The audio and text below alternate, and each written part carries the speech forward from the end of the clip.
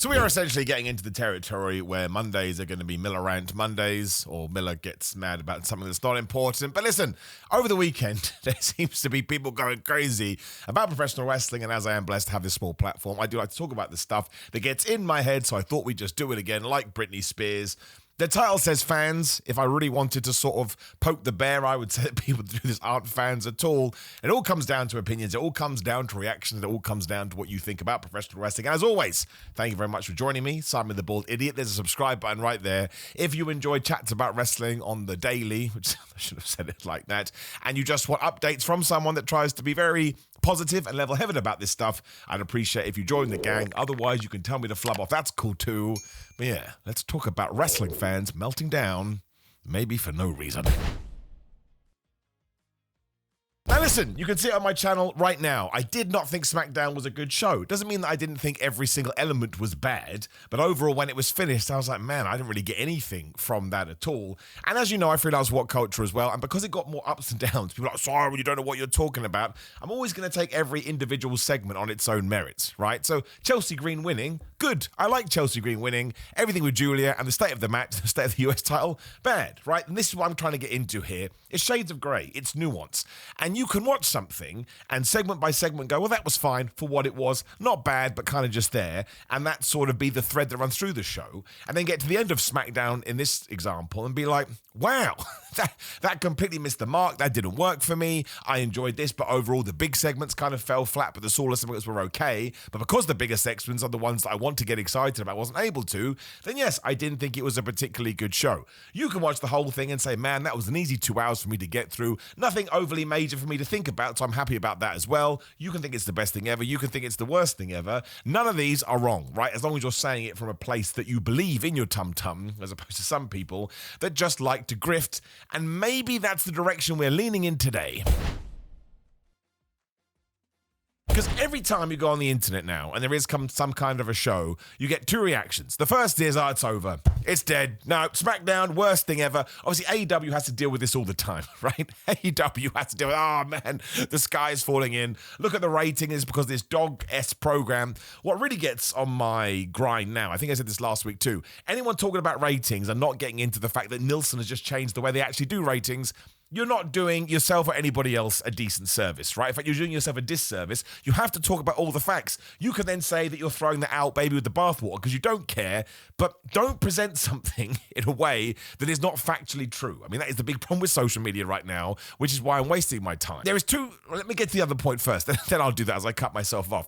And the next one you get is somebody will go, well, I actually enjoyed SmackDown, and this original person will be like, well, you're the problem, man. You're the reason why SmackDown is not getting any better, and you're not being honest. Complete baloney, right? As long as you actually liked it or you didn't like it, you are not responsible for what WWE or AEW or any kind of wrestling company does, ratings-wise, attendance-wise, finance-wise. You are just somebody that has found sports entertainment. You think it's kind of fun, and because you have a certain amount of hours of entertainment you want to spend in the day, you decide to dedicate to people that are going to roll around in their pants. Couple of thumbs up to you.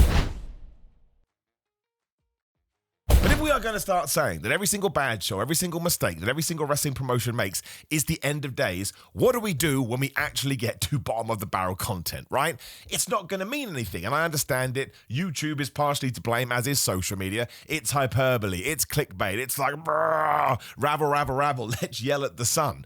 But it also creates this horrendous atmosphere where we can't be nuanced about this stuff, and that's my favorite thing to be. I would love it if you're watching this video right now going, man, that bald idiot, I mean, preferably not that, he doesn't know what he's talking about, and then we can engage. You can say, Simon, look at it this way. And they'll be like, oh, that's interesting, Steve. And then I can go, but Steve, what about this? And Steve can go, oh, wow, that's not what you get. You get flub you and destruction and death and, oh, it's all burning down. I did a dumb video about this on my TikTok. Is it up yet? It'll be up this week. So make sure you check it out. Just search for my name, Simon Miller. We are losing the art to get really mandy-pandy about this, to actually have a decent chat about what we are seeing on television. Like, why has SmackDown overall been considered not a very good show? show this year. And it probably comes down to a lack of star power. It comes down to a lack of hot angles. It comes down to some misdirection with the John Cena Hilton. It comes down to the bizarre use of Randy Orton. At the same time, though, Sami Zayn's open challenge. Brilliant. What Ilya Dragunov then took off from Sami Zayn. Absolutely brilliant. When Jacob Fatu was doing his thing, absolutely brilliant. Of course, the flip side there is all of a sudden WWE, ironically, did take their foot off the gas and he fell down into a tube, which is apparently down there. And then we find out he needed dental surgery. So it's all a bit wishy-washy and it's a little bit unclear. Why do you even care, right? If a company is going to go out of business. That's what I don't understand. If you actually want a company to die and you're happy to jump on the back of a bad show to start wishing for that, I think that's kind of the time you need to look in the mirror and decide why you're doing this. It's an inanimate object. And then if you don't like Triple H, you don't like Tony Khan, which again is totally your right.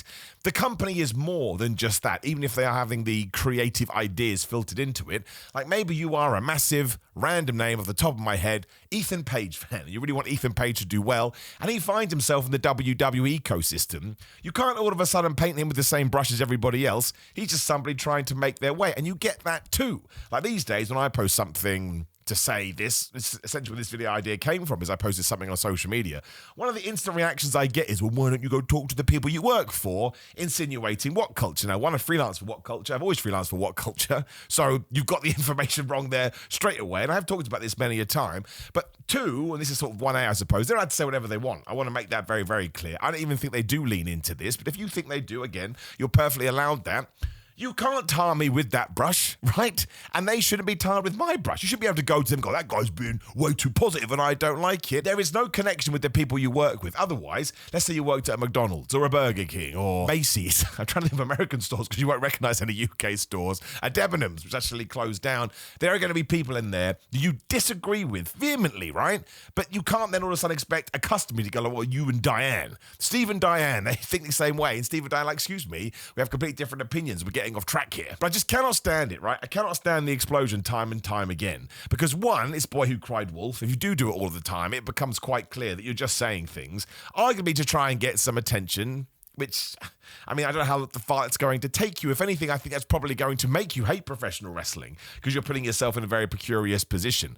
But it's also, I suppose, and I should have said this earlier, it is cutting off other people who want to add something to the conversation that could be genuine. Like if you told me you love that Julia Chelsea Green stuff, and I can understand it from a Chelsea Green point of view, but if just focusing on the match, and again, what we've done with the US title so far, I personally wouldn't understand it because I think we can see what Becky Lynch did with the IC Championship on Raw, and WWE could just copy and paste that, but for some reason they don't. I think it's a genuine issue that WWE is going to need to sort.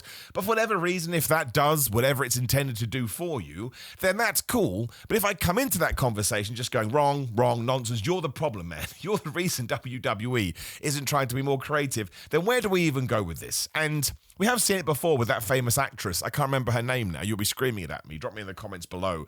But she just found wrestling one day and she got hounded out of it by social media who couldn't believe that she was going to watch WWE or she liked whoever the flub it was. Like it wasn't within the remit of what some fans expected. And that's why I don't think you can be a fan. Maybe this is a gatekeeping thing. There can be no gatekeeping when it comes to pro wrestling. We don't want assholes to watch it. We don't want assholes to get involved in anything on the planet.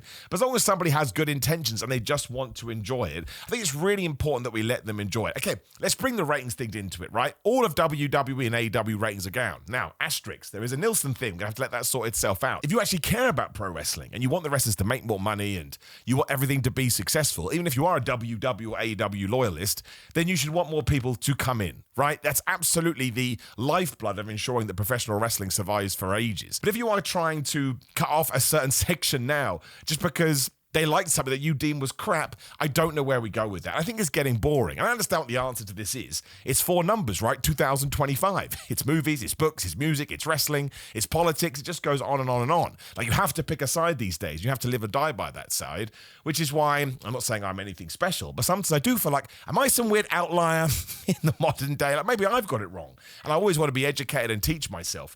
But I don't think it's helping. I think obviously it makes the tribalism worse. It actually is bred out of the tribalism to begin with. My big problem with it is that some people will be chased away by such aggression coming back their way, or they want to start talking about wrestling, and then they may fall off. It's just going to affect their connection with the product. That's not me saying you can't moan, right? Moaning is great. We all love moaning. That's not me saying you can't say it's crap. That's not me even saying, if we'll bring Diane Steve back into it, Diane, how could you possibly like that? You're crazy. That's fine. Then all of a sudden, if you take that to the next level of, you're the problem, you're the reason, how dare you do this? Like, if it wasn't for you, SmackDown would be this great show. Are you that insane? Have you only been watching WWE for like yesterday? I'm sure AEW does it too. They've just been around for a lot less time.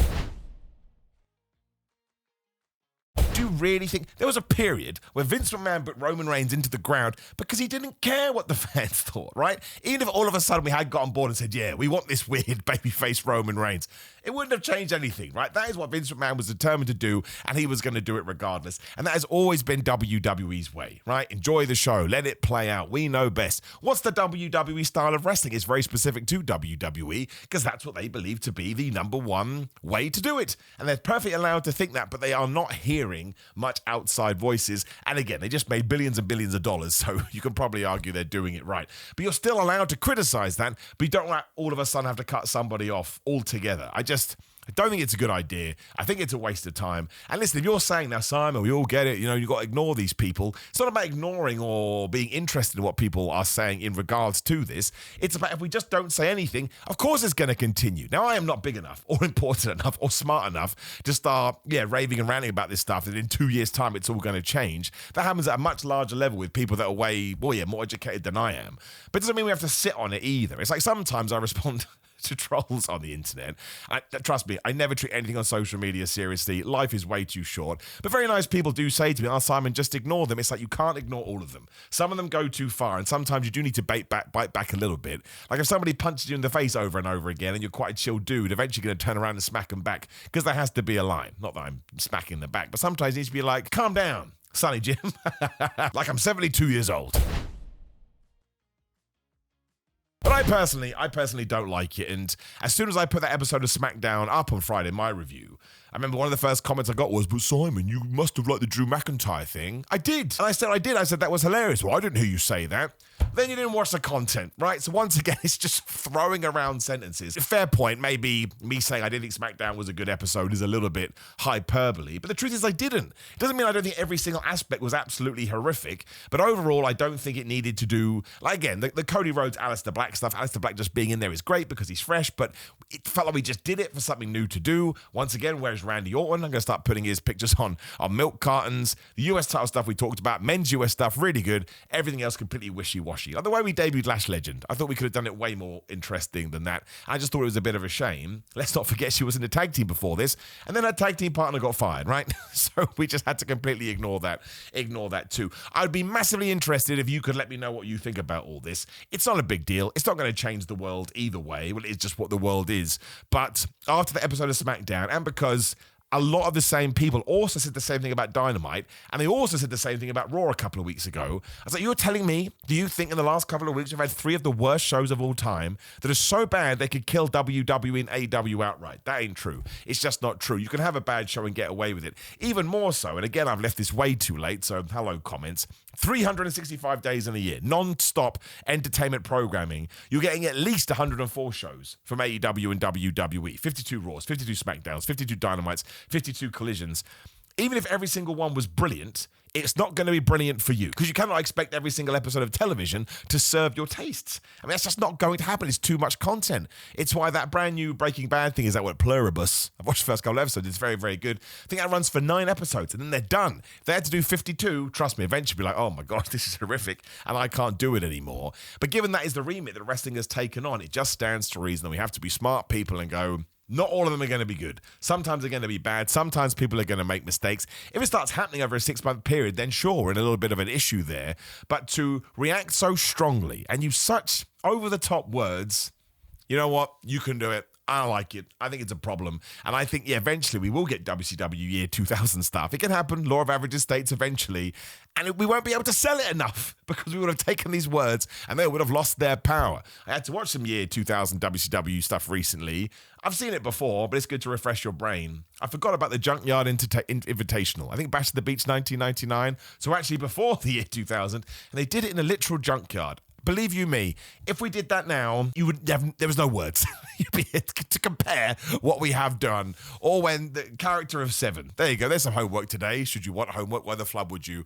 Go and look up Dustin Rhodes, right? Leaves WWF as Goldust. Vince Russo brings him in. He becomes 7 in WCW. Go watch that first vignette. It's like 1 minute long. And you tell me what you think it is. All right? Goodbye. But not yet, because beforehand, please do like the video, share the video, and subscribe. I don't even know what that video was. This is my problem, right? I make 365 videos a year, basically. I'm out of ideas, but I am very passionate about this. Interact with everything down there. I'd massively appreciate it. Building a new studio over here, you can't even say it. So if you like the green screen, I'll still use it for some things, but it may be going away. That's like a month's project, though. It's already an absolute nightmare in a good way. Simon316, if you do want to come yell at me now, which you're perfectly allowed to do. TikTok for stupid videos, as we talked about. Well, I think they're funny. You may not. They're certainly goofy. Cameo, if you like a Christmas shout out, already started doing Happy Holidays ones, which is nice, although also terrifying. Otherwise, prowrestlingtees.com/Simon Miller for merch. Have a great day, my friends. If you want to enjoy wrestling, even when I don't like it, believe you me, I've got your back, and I'll fight with you till the end, until you kick me in the shin and turn on me because you watch wrestling and you've gone heel. I'll see you tomorrow.